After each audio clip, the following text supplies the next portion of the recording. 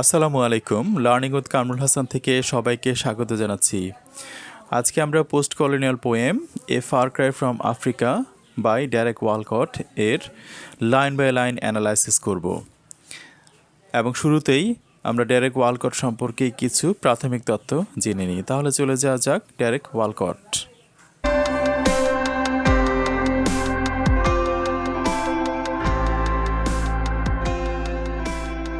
Derek অ্যালটন Walcott তিনি 23শে জানুয়ারি 1930 সালে ক্যাস্ট্রিজ Saint লুসিয়াতে জন্মগ্রহণ করেন এবং তিনি মৃত্যুবরণ করেন 17 মার্চ 2017 সালে 87 বছর বয়সে Cape Estate Gros Islet Saint লুসিয়াতে। তিনি একজন কবি ছিলেন, প্লেরাইট ছিলেন এবং একজন প্রফেসরও ছিলেন। তিনি পোয়েট্রি এবং প্লে জানরাতে তিনি লিখতেন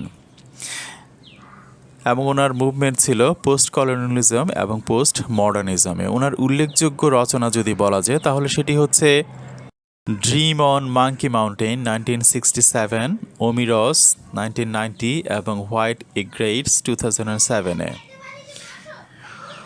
ওনার নোটেবল অর্থাৎ উল্লেখযোগ্য কিছু অ্যাওয়ার্ড যদি বলি তাহলে সেগুলি হচ্ছে 1992 সালে তিনি নোবেল পুরস্কার জয়লাভ করেন এবং তিনি টি.এস. ইলিয়ট পুরস্কার লাভ করেন 2011 সালে। ওনার 3 জন সন্তান ছিলেন। তাহলে এই হচ্ছে ডেরেক ওয়ালকটের সংক্ষিপ্ত বিবরণী। তাহলে চলে যাওয়া যাক আমাদের আজকের colonial poem a far cry from Africa.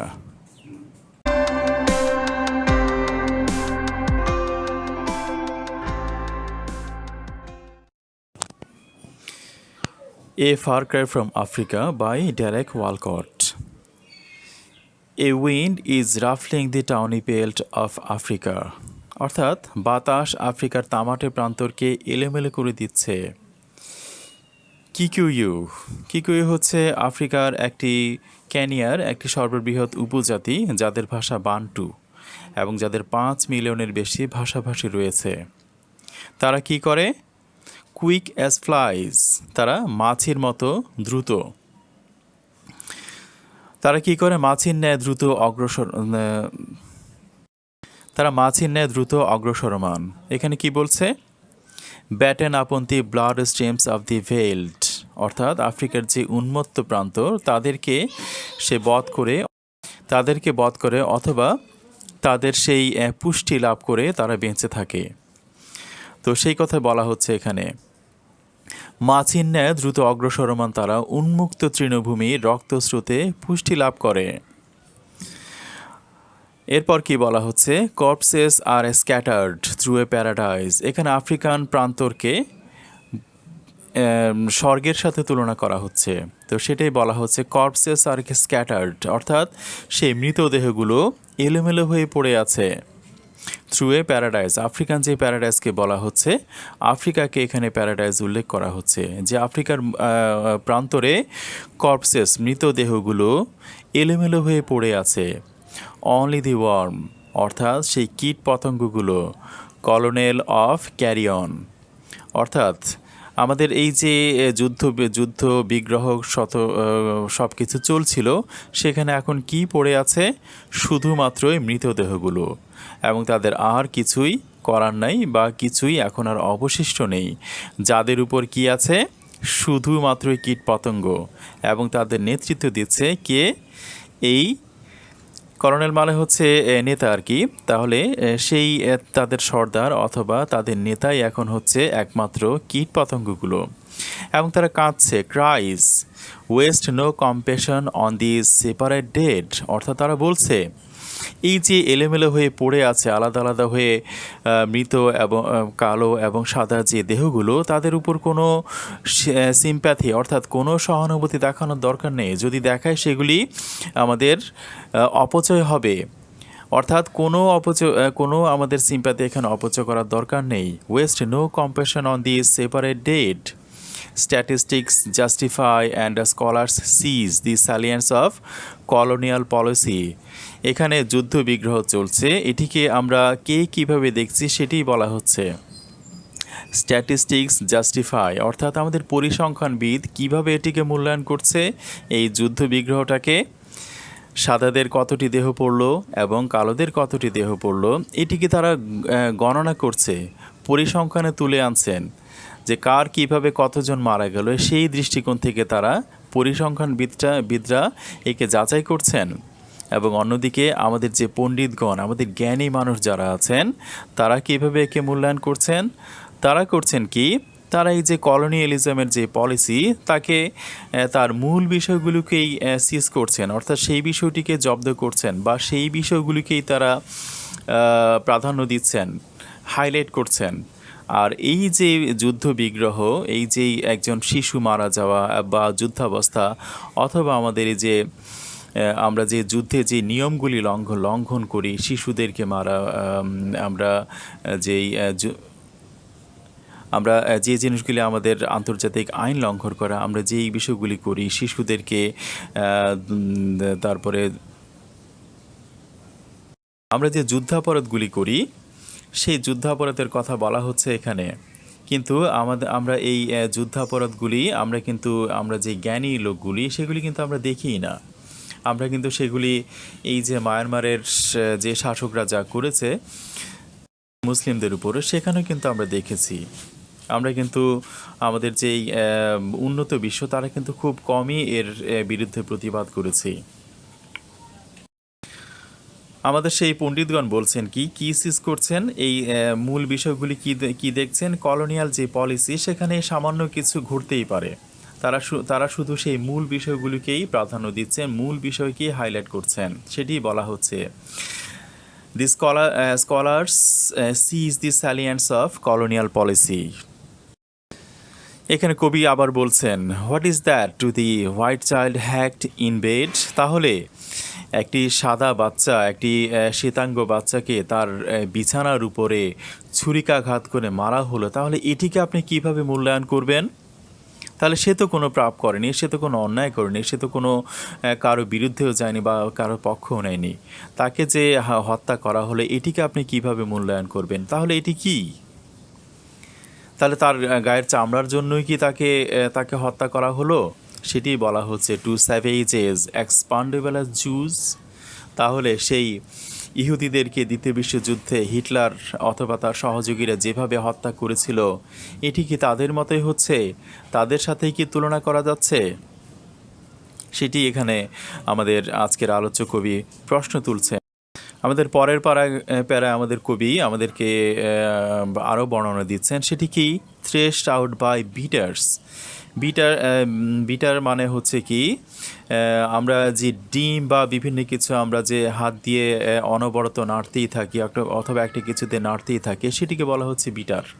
তো আমরা সেই বিট করতে করতে ডিমের কুসুম বা সেই জিনিসটিকে কিন্তু একেবারে গুলিয়ে ফেলি, তার সেই প্রকৃত অবস্থা কিন্তু আর থাকে না, সেটি বলা হচ্ছে। তাহলে সেটি বলা হচ্ছে আঘাতকারীদের দ্বারা। এখন সেই আঘাতকারীদের কথা বলা হচ্ছে, যে ডিম যেভাবে আঘাত করা হয়, সেই আঘাতের কথাই বলা হচ্ছে। আঘাতকারীদের দ্বারা বিচূর্ণ হয়ে দ্রুতগতির ইবিস, অর্থাৎ এখানে কি বলছে, থ্রেশড আউট বাই বিটার্স, সেই বিটারদের দ্বারা আমাদের দ্রুতগতির যাত্রা। Threshed out by beaters, the long rushes break in a white dust of ibises. অর্থাৎ এখানে কি বলছে, থ্রেশড আউট বাই বিটারদের দ্বারা আঘাতে চূর্ণ বিচ্ছিন্ন হয়ে ইবিস যেই তাদের ঘরে লুকিয়েছিল, তাদের যে ঝোপের মধ্যে লুকিয়েছিল। ইবিস হচ্ছে এক ধরনের পাখি, যেটি বকের মতো দেখতে পাওয়া যায়, আপনারা ছবিতে দেখতে পাচ্ছেন, বকের মতো দেখা যায়। সেই ইবিস ঝোপে লুকিয়েছিল, সেই ইবিস ঝোপে লুকিয়েছিল, তাকে বিটারদের মতো তাদেরকে খুঁচিয়ে বের করে, তাদের সে বাসা থেকে বের করে, এবং সে প্রাণ ভয়ে দৌড় দিতে থাকে। দৌড় দিতে তার যাত্রার শেষ হয় কোথায়, পরিণতি হয় কোথায়, একটি সাদা যে ডাস্ট, তার যেই মৃত্যুর যেই স্থানটা সেটির কথা ইঙ্গিত করা হচ্ছে। In a white dust of ibises, অর্থাৎ ইবিসের যেই চূর্ণ বিচূর্ণ দেহাবশেষ, সেখানে তার সে যেই দ্রুত গতিতে রওনা দিচ্ছিল, সে যে দ্রুত গতিতে পালিয়ে যাচ্ছিল, তার যাত্রাটা শেষ হয় কোথায়? সেই সাদা চূর্ণ বিচূর্ণ সেই হোয়াইট ডাস্ট, অর্থাৎ সেই ধুলোর মধ্যে তার সেই যাত্রার পরিণতি ঘটে। যারা whose cries have wheeled since civilization's dawn from the parched river or beast teeming plain, অর্থাৎ তাদের মতো হয় কি, তাদের কান্না চলে আসছে কখন থেকে? সেই আমাদের যেই সভ্যতা শুরু হয়েছিল, সেই তখন থেকে তাদের কান্না চলে আসছে যখন আমাদের সভ্যতা শুরু হয়েছিল। তাহলে তিনি আমাদের সভ্যতাকেও কিন্তু একটি কিন্তু তিনি বিভিন্নভাবে কিন্তু এটিকে তিরস্কারও করছেন। সেই সভ্যতাও শুরু হলো, এদেরও কান্না চলল। কেন, কখন থেকে? From the perch river or be steaming plain, অর্থাৎ বি স্টিমিং মানে হচ্ছে আমাদের পশু যেখানে তার বাচ্চাটাকে একটি সমতল ভূমি, অর্থাৎ একটি মাঠ, যেখানে তার বাচ্চাটাকে সে জন্মদান করে, এবং পাখি নদীর পাড়ে যেখানে বসে থাকে, সেখানে সে নিজের প্রকৃতি দেখে অথবা একটু বিশ্রাম নেয়, সেখান থেকেও তাকে আঘাত করে মেরে ফেলা হয়। আজকে আমরা যেই সাদা বাচ্চাটির, হোয়াইট যেই শ্বেতাঙ্গ বাচ্চাটির কথা বলা হচ্ছে, তাকে বিছানায় ছুরিকাঘাত করে তাকে হত্যা করা হলো, তার সাথে তুলনা করা হচ্ছে এখানে। একটি বাচ্চা, যেখানে পশুর বাচ্চা হোক অথবা পাখি হোক, সে বসেছিল, আরাম করছিল, তাকে আমরা ছুরিকাঘাত করে মেরে ফেললাম, তার সাথে তুলনা করা হচ্ছে। এবং এটি হচ্ছে কোথা থেকে? আমাদের সভ্যতার শুরু থেকে এটি চলছিল। তাহলে এটি কখন থেকে? সভ্যতার শুরু থেকে আমাদের এটি চলছিল, সভ্যতাও চলছিল এবং আমাদের এই নৃশংস হত্যাকাণ্ড সেটিও চলছিল। সেটি কিন্তু অত্যন্ত ব্যঙ্গ বিদ্রোহাত্মকভাবে কিন্তু আমাদের কবি আজকে বলছেন। তারপর লাইনে কি বলছেন উনি? The violence of beast on beast is read as natural law. তাহলে একটি পশুর সাথে পশুর হত্যাকাণ্ড অথবা সেই নৃশংসতা আমরা পড়েছি, এটি হচ্ছে প্রাকৃতিক নিয়ম, প্রাকৃতিক আইন, সেটি হতে পারে। But upright man seeks his divinity by inflicting pain. তাহলে এখানে কি বলছে? এখানে বলছেন একজন সম্মানিত মানুষ, যিনি সোজা পথে চলেন, যিনি ভালো মানুষ, যাকে সম্মান করা হয়, তাহলে তিনি কেন? তাহলে বলছেন এখানে but upright man seeks his divinity, তার অমরত্ব তিনি খুঁজছেন কিভাবে? বাই ইনফ্লিক্টিং পেইন, আরেকজনকে তিনি ব্যথা দিয়ে, আরেকজনকে আঘাত করে, অন্য একজনকে তিনি কি করছেন? অন্য একজনকে তিনি আঘাত করছেন এবং হত্যা করছেন। এইভাবে তিনি নিজের অমরত্ব তিনি খুঁজে বেড়াচ্ছেন। অর্থাৎ উনি যদি আরেকজনকে আঘাত করেন, তাকে যদি নিশ্চিহ্ন করে ফেলেন, তাহলে তার স্বজাতি বেঁচে থাকবে, তিনি ওনার জাতি সারভাইভ করবে। সেটি এখানে বলা হচ্ছে। কেন এটি কেন করা হচ্ছে? কবি প্রশ্ন করছেন, ইঙ্গিত করছেন। তারপর delirious as these worried beasts, his words dance to the tightened carcass of a drum. তাহলে এদের যুদ্ধ কি দিচ্ছে? তারা মৃতদেহের উপর পশুর ন্যায় তারা নৃত্য করছে। এরপর তিনি বলছেন while he calls courage, অর্থাৎ এটিকে তিনি সাহসিকতা বলছেন। Still that native dread of the white peace contracted by the dead. তাহলে যখন উভয় পক্ষের মানুষ মারা যাচ্ছে, শ্বেতাঙ্গ এবং কৃষ্ণাঙ্গ, তখন তারা এই মৃত্যু কমিয়ে আনার জন্য একটি চুক্তিতে উপনীত হয়, যেটিকে আমরা সাধুবাদ জানাই। আর মৃত্যুর দরকার নেই, আর মৃত্যু আমাদের কাম্য নয়, শান্তি আমাদের কাম্য। তারপর কি বলছেন? এর পরের প্যারায় কবি বলছেন again brutish necessity wipes its hands, অর্থাৎ আবারও ব্রিটিশ সেই নির্মমতা, পাশবিক যে আমাদের প্রয়োজনীয়তা, ওয়াইপস ইটস হ্যান্ডস, তার হাত মুছে কি দিয়ে, upon the napkin of a dirty cause. Again, British necessity wipes its hands upon the napkin of a dirty cause. আবার দেখা যাচ্ছে আমাদের যখন নিষ্ঠুর কোনো প্রয়োজনীয়তা পড়ে, তখন আমরা আবার কোনো নিষ্ঠুর ভাবে আমাদের হাতটাকে আমরা মুছি, আমরা আমাদের হাতকে আবার আমরা দূষিত করি, সেটিকেই বলা হচ্ছে again A West of our compassion. আবারও দেখা যাচ্ছে আমরা যে সমবেদনা প্রকাশ করি সেটিও কিন্তু ব্যর্থতায় পর্যবসিত হয়, সেটিও কিন্তু অপচয় হয়। অ্যাজ উইথ স্পেনে দেখা যাচ্ছে the gorilla wrestles with the superman, gorilla সুপারম্যানের সাথে কুস্তি করছে। I who am poisoned with the blood of both, আমি এই উভয়ের দ্বারা আমার রক্তটাকে বিষাক্ত করা হয়েছে। হোয়ার শিল আই টার্ন, আমি কোন দিকে মুখ ঘুরাবো, আমি কার পক্ষ নেব। ডিভাইডেড টু দি ভেইন, আমি কি আমার সেই রক্তনালী তাকে কি আমি ছিন্ন করতে পারবো।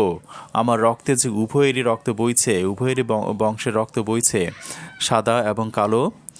আই হু হ্যাভ কার্সড, আমি অভিশাপ দিয়েছি the drunken officer of British rule, সেই সমস্ত ব্রিটিশ অফিসারদেরকে যারা তাদের সেই রুলগুলি পালন করেছে। How choose between this Africa and English tongue I love, আমি কোনটিকে পছন্দ করব, আমি কোনটিকে বেছে নেব যেখানে আমি ইংরেজিতে কথা বলি।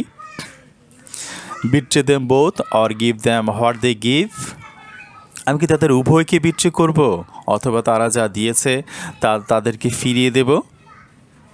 How can I face such slaughter and be cool, আমি কিভাবে এই হত্যাকাণ্ডগুলো দেখব এবং নিজেকে শান্ত রাখবো।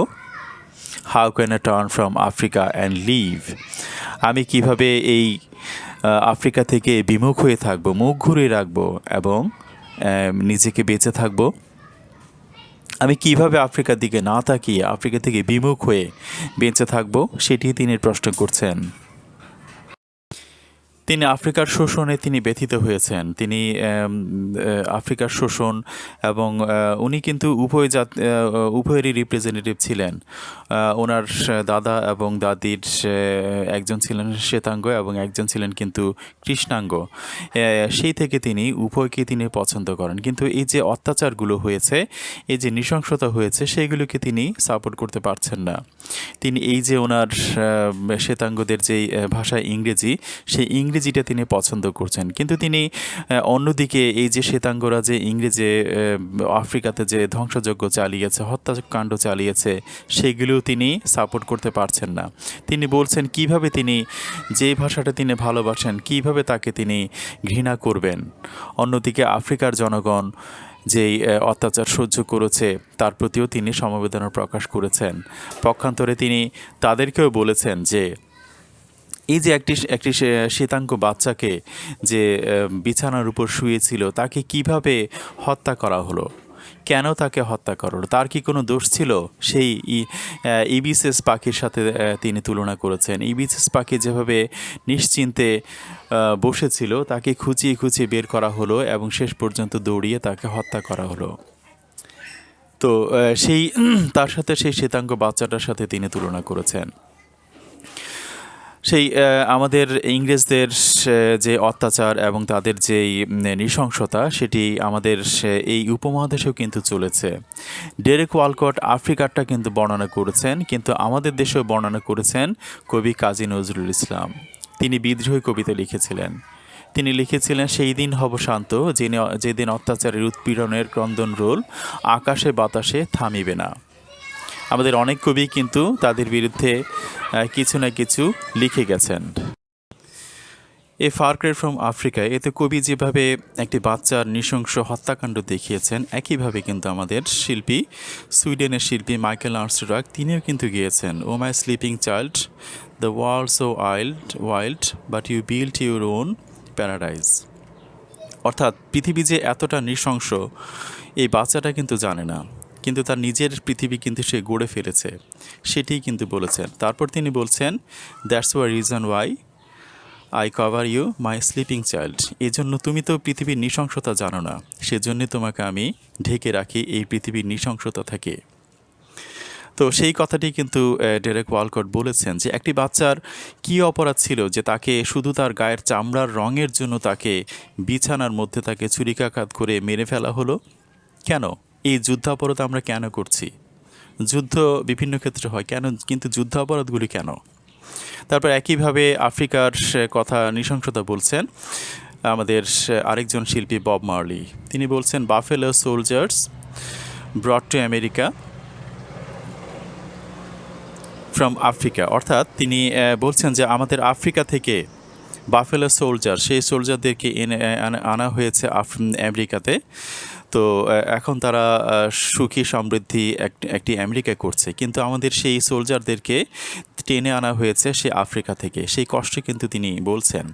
তো একইভাবে আমাদের কাজী নজরুল ইসলাম তিনিও কিন্তু আমাদের যে উপমহাদেশে যে পশ্চিমা যে উপনিবেশিক যে আমাদের অত্যাচারগুলো হয়েছিল সেটিও কিন্তু তিনি বলেছেন। সেটি কিন্তু তিনি বিদ্রোহী কবিতায় তারই কিন্তু ইঙ্গিত দিয়েছেন।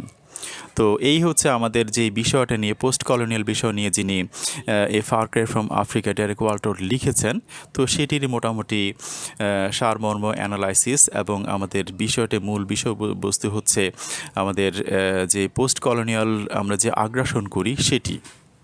তো সেটিতে অনেক কিছু ঘটে যায়, সেটিই তিনি পুঙ্খানুপুঙ্খ রূপে দেখিয়েছেন। তো এই হচ্ছে আমাদের আজকের অ্যানালাইসিস। যদি আপনাদের এই অ্যানালাইসিসটি ভালো লাগে তাহলে আমার চ্যানেলটি সাবস্ক্রাইব করুন, আমার জন্য দোয়া করুন। আজ এই পর্যন্তই। আসসালামু আলাইকুম।